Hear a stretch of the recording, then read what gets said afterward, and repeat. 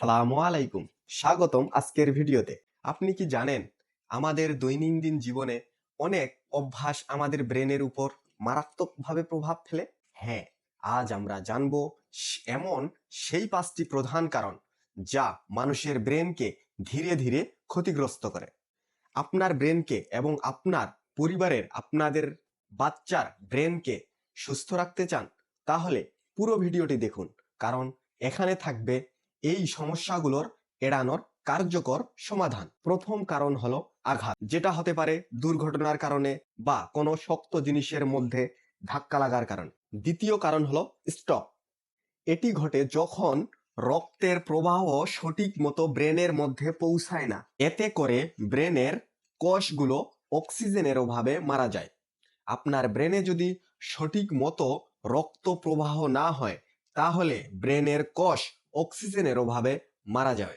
উচ্চ রক্তচাপ, ডায়াবেটিক্স বা অতিরিক্ত মানসিক টেনশন, মানসিক চাপ ব্রেন স্ট্রোকের ঝুঁকি বাড়ায়। সঠিক খাদ্য অভ্যাস এবং নিয়মিত ব্যায়ামের মাধ্যমে রক্তচাপ নিয়ন্ত্রণে রাখা সম্ভব। আপনাকে প্রতিদিন কম করে হলেও 30-40 মিনিট হাঁটতে হবে অথবা কোনো ব্যায়াম করতে হবে। কায়িক পরিশ্রম মানুষের শরীরকে সুস্থ রাখে। তৃতীয় কারণ হলো অতিরিক্ত মানসিক চাপ এবং ঘুমের ঘাটতি।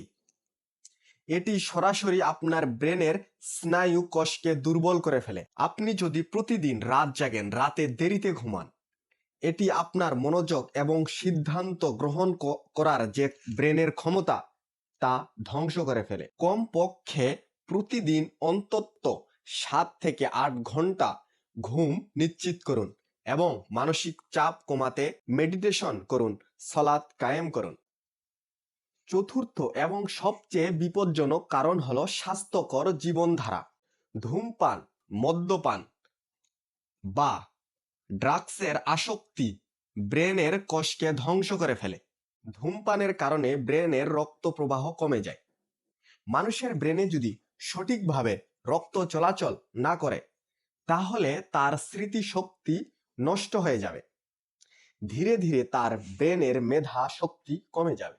আপনাকে জরুরিভাবে আপনার পরিবার এবং আপনাকে বাঁচাতে হলে যত তাড়াতাড়ি সম্ভব ধূমপান থেকে বেরিয়ে আসুন, না হলে জীবন চলে যাবে এবং আপনার আখেরাতও চলে যাবে। আপনার ব্রেন আপনার শরীরের সবচেয়ে গুরুত্বপূর্ণ অঙ্গ। এটি যদি সুস্থ থাকে, তাহলে আপনি সুস্থ থাকবেন।